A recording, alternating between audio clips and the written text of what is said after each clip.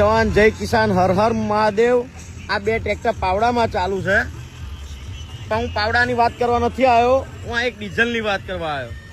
અમને ખબર છે કે ઈરાન ને અમેરિકાનું ને બધું યુદ્ધ ચાલુ છે, એટલે ડીઝલની પેટ્રોલની અછત છે। આઈ નો, અમે જાણીએ છીએ, અમે ખેડૂત છીએ, પણ અમને અત્યારે પેટ્રોલ પંપ વાળા ડબલામાં ડીઝલ નથી હાલતા। તો આ પાવડો મારીએ છે ને ડીઝલ થઈ રહે, માનો સવારમાં તો ફૂલ કરાવીને જઈએ પેટ્રોલ પંપે, આખો દિવસ પાવડાનું કામ ચાલે, દરરોજ એક ટોકી ડીઝલ જતું રહે છે, બરાબર। વારે ઘડે પેટ્રોલ પંપે પુરાવા જઈએ।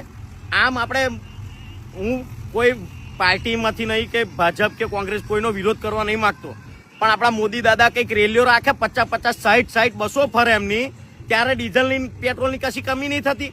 ખેડૂત ડબલું લઈને પેટ્રોલ પંપે જાય 3000નું ડીઝલ લેવાય, એટલે એમ કે છે પેટ્રોલ પંપ વાળા કે ઉપરથી આદેશ આવ્યો છે ડીઝલ ડબલામાં નહીં હાલવાનું, એટલે અમે વેચવા લઈ જઈએ છીએ કે પાકિસ્તાન જો યુદ્ધ કરવા જઈએ છે ડબલું ના ભરાય એમ।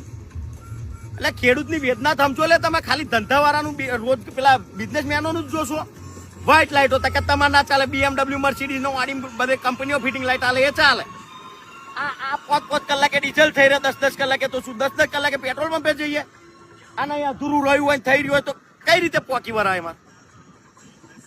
એટલે તમારે કોમન સેન્સ જેવું છે થોડું, તમારી રેલીઓ હોય, રાજકારણની ચૂંટણીઓ હોય, રેલીઓ હોય, તે ડીઝલની પેટ્રોલની અછત નહીં થતી તમને?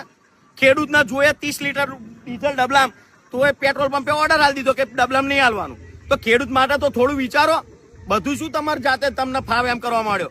આ દેશ આઝાદ થઈ ગયેલો છે, પણ તમે ગુલામ બનાવી રાખ્યા। જય જવાન જય કિસાન હર હર મહાદેવ।